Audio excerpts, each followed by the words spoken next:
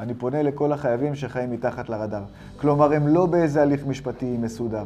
אני מדבר על אותם שואלי קרבות, אלו שעובדים ללא תלוש משכורת, או שנאלצים לשלם מיסים גבוהים ומנסים איכשהו להתקמבן על חשבונית של חבר, או מישהו אחר כדי לקבל כסף. אני מקווה שאתם מבינים שאתם מפספסים כל כך הרבה, אתם לא יודעים כמה אתם מעכבים את עצמכם. תנסו לחשוב רגע כמה כסף הפסדתם לאורך השנים, כי לא יכולתם לפרסם את עצמכם, כי אתם לא יכולים לקבל עבודות. כמה מיסים גוזרים עליכם אלו שמוצאים עליכם חשבוניות. כי אתם לא יכולים שזה יהיה על שמכם באיזושהי צורה מסודרת. או אלו שנמצאים מתחת לרדאר כשכירים, שלא יכולים להחליף מקום עבודה, גם שרע להם, הם לא יכולים להתקדם, כי אין להם כוח להתחיל לחפש מעסיק חדש שיסכים לקבל אותם ללא תלוש שכר.